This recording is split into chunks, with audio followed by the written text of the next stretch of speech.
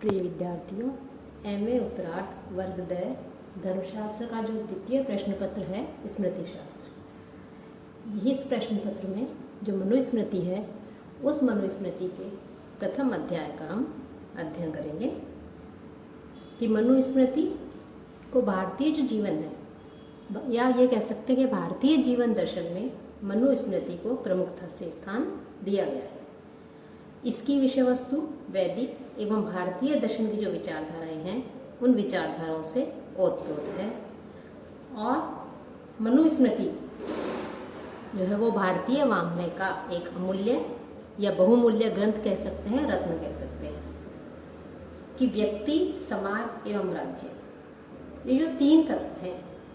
ये चेतन सत्ता की अभिव्यक्ति है।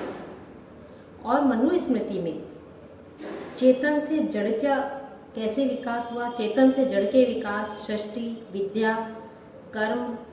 धर्म आदि जो व्यवस्थाएं हैं उन सब का जो है वर्णन किया गया है।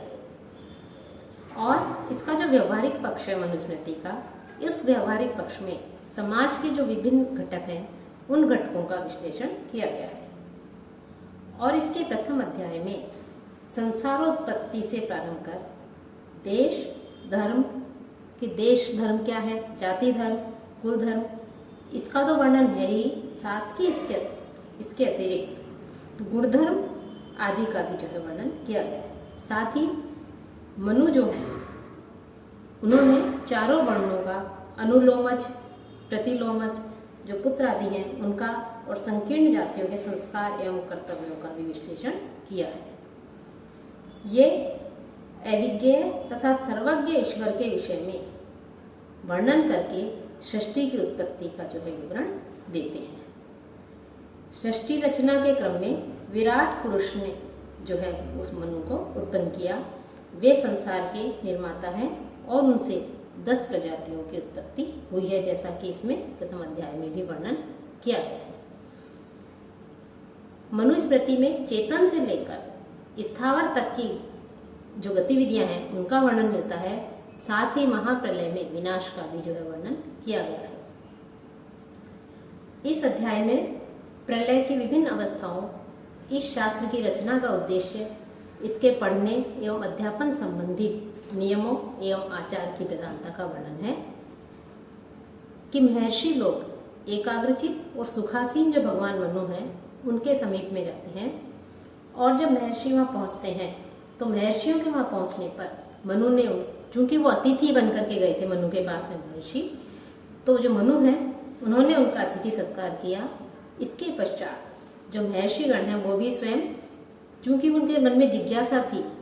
प्रश्न थे, प्रश्नों को लेकर गए थे, इसलिए स्वयं प्रश्नकर्ता होने के कारण मनु का श्रद्धा एवं भक्ति के साथ उनका जो है सत्कार करते हैं, पूजन करते हैं। और इसके पश्चात चारों वर्णों एवं अम्बष्ट आदि अनुलोमज प्रतिलोमज जातियों के यथोचित जो धर्म हैं, उनके किस प्रकार के धर्म हैं, क्या कर्तव्य हैं, इनको कहने के लिए कहते हैं। तब महर्षि कहते हैं कि एक आप ही संपूर्ण अपौरुषेय, अचिंत्य तथा अप्रमेय वेद के अग्निष्टोमादि यज्ञ कार्य और जो ब्रह्मा है उसको जानने वाले हैं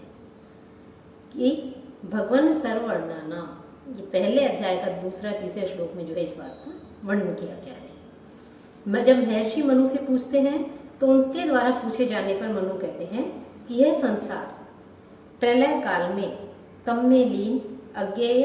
चिन्ह रहित, प्रमाण आदि तर्कों से हीन, अविज्ञेय तथा सर्वत्र सोए हुए के समान था। तब स्वयंभू अव्यक्त अर्थात नेत्रादि जो इंद्रियां हैं उन इंद्रियों से नहीं अपितु योग के द्वारा जिसे का प्रत्यक्ष किया जा सकता है, तो योग से प्रत्यक्ष होने योग्य जो अव्यक्त, साथ ही अपरिमित सामर्थ्य वाले और अंधकार को दूर करने वाले भगवान आकाश आदि जो महाभूतों को व्यक्त करते हुए जो है वो प्रकट हुए। साथ ही जो परमात्मा है वो परमात्मा अतीन्द्रिय हैं, सूक्ष्म स्वरूप हैं, अव्यक्त, नित्य और सब प्राणियों के आत्मा हैं, अचिंत्य हैं। वे ही परमात्मा जो है वो स्वयं प्रकट हुए और सर्वप्रथम उस परमात्मा ने अनेक प्रकार की जो प्रजाएं हैं उन प्रजाओं की सृष्टि की इच्छा से ध्यान किया और ध्यान करके सबसे पहले जल की सृष्टि की और उसमें शक्ति रूपी बीज को छोड़ा। तो जो बीज था उसमें, वह बीज सहस्त्रों सूर्यों के समान प्रकाश वाला, स्वर्ण के समान शुद्ध अंडा रूप हो गया और उसमें संपूर्ण लोक जो हैं, उन लोकों की सृष्टि करने वाले ब्रह्मा जो है वो उत्पन्न हुए। ब्रह्मा की वह सब का कारण है, नित्य है, सत्य तथा असत स्वरूप है, उससे उत्पन्न पुरुष लोक में जो है ब्रह्मा कहा जाता है। तो इस प्रकार से जो ब्रह्मा है, उन ब्रह्मा जो को जो है कह सकते हैं कि वो ब्रह्मा जो है वो सृष्टि की उत्पत्ति करने वाले हैं, सृष्टि की रचना करने वाले हैं और वो जो है इस प्रकार से उत्पन्न हुए। साथ ही उन्होंने जो है कहा है कि जो जल है उस जल को नारा कहा गया है, क्योंकि वह नररूप परमात्मा की संतान है और वह जो नारा या जो जल है वह परमात्मा का प्रथम आश्रय स्थान है, इसलिए परमात्मा नारायण कहे गए हैं। आपो नरा इति प्रोक्ता आपो वै नर सूनो है ता यदस्यायनम पूर्वम तेन नारायण स्मृत है। और साथ ही जो वो कह रहे हैं कि जो अंडा था उस अंडे में 1 वर्ष तक ब्रह्मा जी ने निवास किया और अपने ध्यान से जो है उस अंडे को 2 भागों में विभक्त कर दिया और उन 2 टुकड़ों से स्वर्ग तथा पृथ्वी की सृष्टि की और मध्य में आकाश की सृष्टि की, 8 दिशाओं, जल का आश्रय तथा समुद्र जो है उस समुद्र की भी रचना की। साथ ही साथ जो परमात्मा है, उन परमात्मा से ब्रह्मा ने सत असत आत्मा वाले मन की भी सृष्टि की रचना की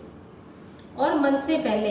अहम अथवा मैं इस अभिमान से युक्त एवं अपने कार्य को करने में समर्थ जो अहंकार है उसकी सृष्टि की और अहंकार से पहले महत्त्व अर्थात बुद्धि की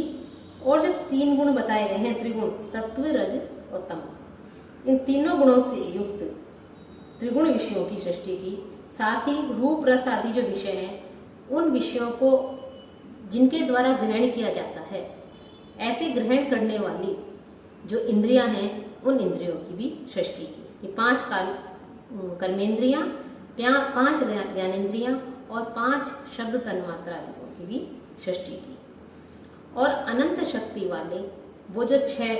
हैं अहंकार, रूप, रस, गंध, स्पर्श और शब्द, इनके सूक्ष्म अवयवों को ही उन्हें अपने अपने विकारों में मिला करके ये जो जगत में जो प्राणी दिखाई देते हैं इन सब प्राणियों की जो है ब्रह्मा ने सृष्टि की